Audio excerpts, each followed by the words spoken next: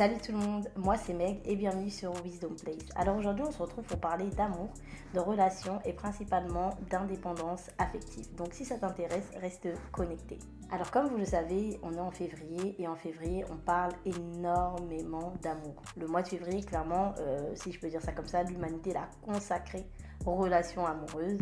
Principalement le 14 février qui est la fête des amoureux ou d'autres personnes appellent ça la Saint-Valentin. En tout cas, le mois de février, c'est vraiment l'amour et rien que l'amour. Et qui dit fête, qui dit réseaux sociaux. Donc sur les réseaux sociaux, tout le monde donne son avis, tout le monde parle de la Saint-Valentin, les gens partagent leur Saint-Valentin et franchement, c'est pas mauvais quoi, ça fait du bien de voir de l'amour. Et dans tout ça, dernièrement je suis tombée sur la vidéo d'un homme qui était en train d'expliquer que selon lui les femmes indépendantes n'avaient pas droit à la Saint-Valentin, qu'en gros elles ne devaient pas s'attendre à recevoir quelque chose d'une personne qui les aime, quelqu'un qui leur fasse plaisir, parce qu'elles passent toute l'année, clairement selon lui, à proclamer que voilà, ce sont des femmes indépendantes, qu'elles se gèrent et tout ça.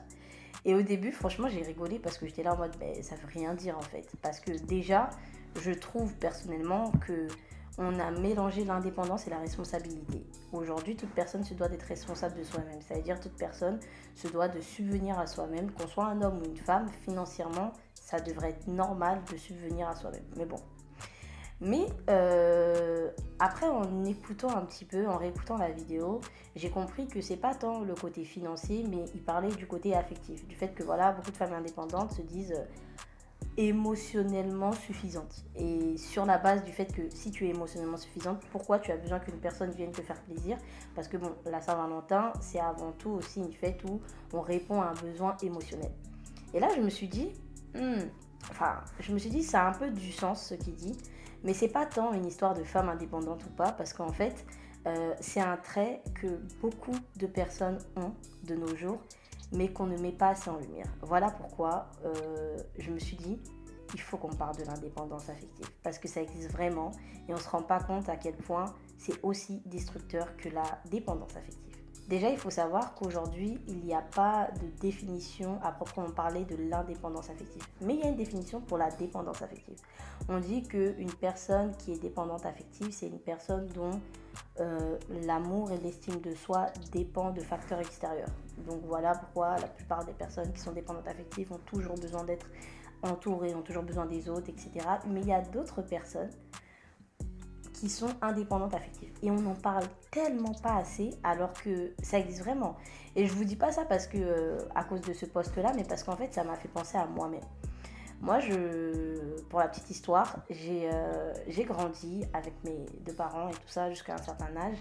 Mais c'est vrai que mon papa, c'était une personne qui me faisait beaucoup de promesses, qui parfois n'aboutissaient pas. C'est-à-dire qu'il me disait, il va faire ça et ça se faisait pas. Il me donnait des rendez-vous. Parfois, il me disait, oui, je vais passer, on ira là-bas et il ne venait pas.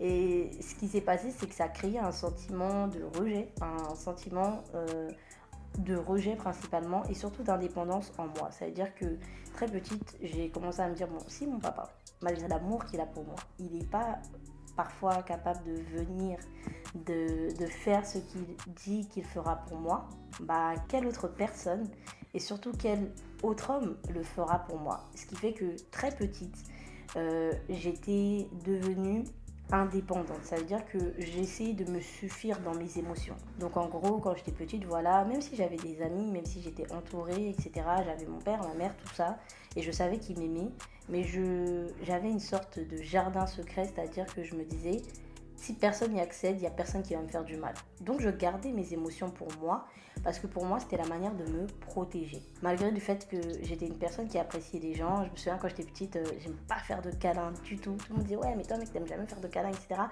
J'étais pas du tout affective. Tout ce qui va être les câlins, les ci, les ça, des mots d'affection, tu ne les trouvais pas chez moi. Ce qui fait que, en grandissant, j'étais vraiment pas la fille super affective, la fille gnangnan et tout ça. J'étais vraiment super dure en termes d'émotions, malgré que les gens savaient que j'avais de l'affection pour eux, mais j'avais quand même une dureté dans mon cœur. Et ça, c'était dû au fait que voilà, j'ai vécu certaines déceptions et donc ça m'a renfermée sur moi-même. Et donc je suis devenue vraiment très indépendante affective. Ça veut dire qu'en fait, moi, j'étais vraiment pas très intéressée par les relations. Et cette pensée-là, elle s'est en plus aggravée quand j'ai découvert les films américains, tous les films des femmes indépendantes, Wonder Woman. Vous avez vu tous ces films-là, là, ils m'ont encore plus confortée à l'idée que je peux vraiment faire ce que je veux, je peux vraiment être qui je veux et j'ai pas besoin d'un homme. Ça veut dire que moi à l'époque, sérieusement, j'avais du respect pour les hommes parce que c'est des êtres humains, mais j'avais pas forcément une notion de respect pour l'homme si on pouvait être dans une relation. De toute façon, j'avais pas de relation, mais surtout au-delà de ça, pour moi, ça n'avait aucun intérêt, vraiment aucun intérêt. Si j'ai besoin d'affection, j'ai mes copines, au pire, j'ai la famille et tout ça. Et puis je me gère. Et surtout, je trouvais mon affection dans d'autres choses. Peut-être dans le fait d'avoir un diplôme, dans le fait de m'acheter des sacs, le fait de m'acheter des chaussures, des choses comme ça et tout ça. Moi, mon affection, je la trouvais dans ça. Personnellement, je la trouvais tellement dans ça que ça ne passait pas dans ma tête le fait d'être en relation. Sauf qu'un jour, en fait, je me suis rendu compte que c'était pas normal, que je ne pouvais pas avoir une façon de penser comme cela, dans le sens où c'était clairement un déséquilibre émotionnel. C'est-à-dire que sans me rendre compte, au-delà du fait que je me gérais, que j'étais bien, que voilà, j'avais besoin de personne et tout ça, et que je pensais que j'allais vivre ma vie, toute ma vie comme ça, la vérité c'est que j'avais juste peur d'être déçue. Je me suis rendu compte de cela grâce à une amie qui un jour on parlait de ça et elle m'a dit mais toi en fait mec tu penses qu'il y a personne qui peut vraiment t'aimer? Et ça m'a marqué parce que quand elle m'a posé cette question je me suis dit qu'est-ce qu'elle raconte et tout ça etc. Et en coupant le téléphone avec elle, ça m'a touchée parce que je me suis dit mais elle a raison, peut-être qu'en vérité j'ai peur d'être aimée, genre en vérité j'ai pas envie d'ouvrir mon cœur parce que j'ai peur. Et je me souviens très bien, ce jour ça m'a tellement marqué. En plus, je devais prier de ça. Donc, quand j'ai commencé à prier, j'ai commencé à pleurer dans la prière en mode oui, mais père, je comprends pas et tout ça. Et en fait, dans ça, le Seigneur m'a parlé. Le Seigneur m'a fait comprendre que oui, c'est vrai, Meg. Tu as vécu certaines déceptions avec ton papa et ces déceptions-là ont créé la personne que tu es aujourd'hui. Mais moi, je ne t'appelle pas à être une femme indépendante émotionnellement. Moi, je ne t'appelle pas à être une femme qui te dit demain, si je suis dans une relation, le chéri que j'aurai, ça va être juste un gars comme ça, quoi. Il va être juste ici. Mais à l'époque, l'image que j'avais de l'époux, elle était vraiment super biaisée. C'est-à-dire que pour moi, le mari, il est juste là. Mais c'était en mode, tu me laisses faire ce que je veux, tu me laisses faire ma carrière et tout ça. Franchement, dans ma tête, je me dis, mais avec la mentalité que j'avais là, j'allais être vraiment une irresponsable. C'est-à-dire qu'il allait dire, mais toi, pourquoi tu t'es mariée? Et clairement, pour moi, c'était normal de penser comme ça. Mais quand on va dire que ce sujet est remonté à la surface et que le Seigneur a commencé à me parler de ça, à me parler de cet aspect de mon cœur, je me suis rendu compte que Dieu ne voulait pas ça pour moi. Qu'il ne voulait pas que je sois une femme qui marche dans la crainte d'être déçue, dans la crainte d'être blessée, dans la crainte d'être abandonnée, hein, à cause du fait que voilà, j'ai vécu certaines déceptions. Et vous savez, lorsque le Seigneur met la lumière sur des situations comme ça, c'est pas parce qu'il veut juste nous montrer à quel point on est brisé, à quel point on est misérable, ou tout ce que vous voulez, mais c'est parce qu'en fait, il est sur le point de transformer quelque chose, de changer quelque chose. Et moi, je me souviens que c'était une pensée que j'ai nourrie pendant tellement longtemps, et c'était au début de ma vingtaine que vraiment Dieu est venu me rencontrer. Au travers de cette conversation téléphonique avec mon ami et que il a commencé à changer ma pensée, il a commencé à changer mon mindset concernant cela. Aujourd'hui, en fait, parce que je sais que Dieu m'aime et parce que aussi l'amour de Dieu, je le vis au quotidien et surtout parce que j'ai confiance en Dieu, j'ai aucune crainte concernant les relations. J'ai plus cette crainte-là de me dire ouais, je vais pas m'engager ou voilà, je suis réticente parce que j'ai pas envie d'être déçue, j'ai pas envie d'être abandonnée, j'ai pas envie d'être oubliée, etc. Ou j'ai pas envie qu'on me manque de respect. J'ai plus ces craintes-là. Avant, j'avais 1000 craintes, 1000 mensonges qui tournaient dans ma tête. Aujourd'hui, en fait, je suis juste là en mode mon papa m'aime. Il m'aime tellement que déjà, il a donné son fils unique, qui aujourd'hui est mon grand frère. Il a donné le Seigneur Jésus. Et en plus de ça, il m'aime tellement que, en fait, dans sa parole, on dit qu'il dirige nos pas. Il dirige les pas du juste. Et aujourd'hui, la parole dit que je suis juste. Donc, il dirige mes pas. Et j'ai pas de crainte à me dire qui est-ce que je vais rencontrer ou je sais pas quoi. Parce que je sais juste une chose, c'est que tant que je suis en communion avec mon papa par son esprit, il va diriger mes pas. Et c'est ça aussi la beauté de la foi, c'est qu'on croit en la parole pour notre quotidien.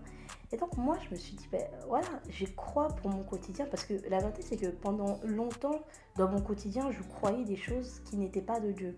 Mais aujourd'hui je veux croire ce que Dieu a dit me concernant.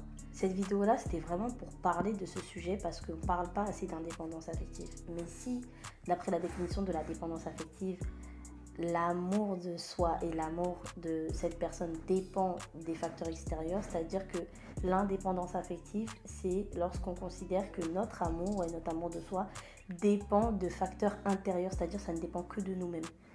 Et donc en fait, ce qu'il disait un petit peu ce monsieur-là, bon, ses propos à lui n'étaient pas bons, mais le fond peut-être c'est vrai, c'est que au-delà même des femmes indépendantes, mais toute personne qui considère qu'il est émotionnellement indépendant, effectivement, au-delà même de la Saint-Valentin, mais ne peut pas être dans une relation stable, en tout cas une relation où il pourra être là pour donner, une relation où il sera épanoui. Parce que la vérité, c'est que quand on est indépendant émotionnellement, on est aussi très égoïste. On pense toujours à soi d'abord, parce qu'on veut se protéger. Et c'est ça aussi qui tue les personnes qui sont indépendantes affectives, c'est que soit elles vont se dire non, moi les relations c'est chaos, ou quand elles vont rentrer dans une relation, elles vont être froides, elles vont être distantes, elles vont cacher certaines choses, elles vont pas dire toute la vérité, elles seront pas sincères en fait.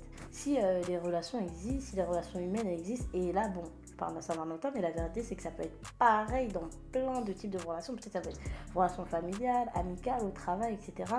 Non, il faut pas. C'est vrai que peut-être qu'on vous a fait du mal, c'est vrai que peut-être que vous avez été blessé.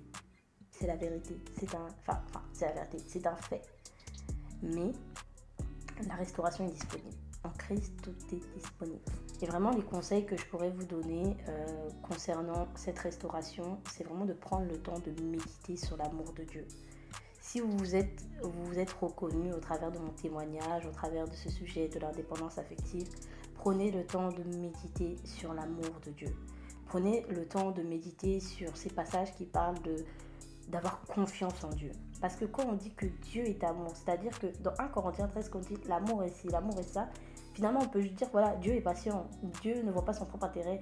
Et prends le temps de te dire 1 Corinthiens 13 là, c'est ce que Dieu est pour moi.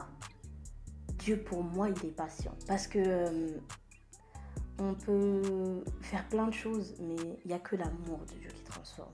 C'est cet amour-là qui transforme, l'amour agapé. Voilà, on dit ça comme ça, l'amour agapé, ça, mais c'est cet amour-là qui transforme. Trouvez aussi une personne de confiance, parlez-en avec cette personne. Dites-vous, oh, peut-être j'ai vu une vidéo là d'une go là sur internet, je me suis sentie concernée. Mais parlez-en aussi avec les gens. Dites-vous que il y a vraiment des personnes qui sont soit déjà passées par là et qui sont restaurées, qui pourront vous aider, ou il y a aussi des personnes qui effectivement n'ont jamais vécu cela, mais en tout cas ils ont le cœur disposé pour vous écouter. Trouvez une personne à qui aussi vous pouvez parler, qui peut aussi rester avec vous, qui peut aussi peut-être prier avec vous. Comme j'aime souvent le dire, si vous n'avez vraiment personne, envoyez-moi un message, je suis là aussi pour ça. Et finalement, commencez à pratiquer l'amour en action. Vous savez, ma même copine là qui m'avait posé cette question là, c'est ma copine mais c'est ma soeur,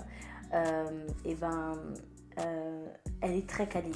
Et moi au début j'étais là, mais qu'est-ce qu'elle veut celle-là? Qu'est-ce qu'elle veut? Mais la vérité c'est que ça m'a vraiment aidée. Moi-même personnellement, le fait de lui faire des câlins, le fait d'accepter même les câlins, ça m'a aidée, ça m'a restaurée.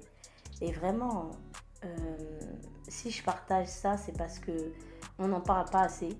On parle toujours de choses, de concepts et de ça. Et je pense que faut vraiment pas mélanger la femme indépendante et la femme responsable.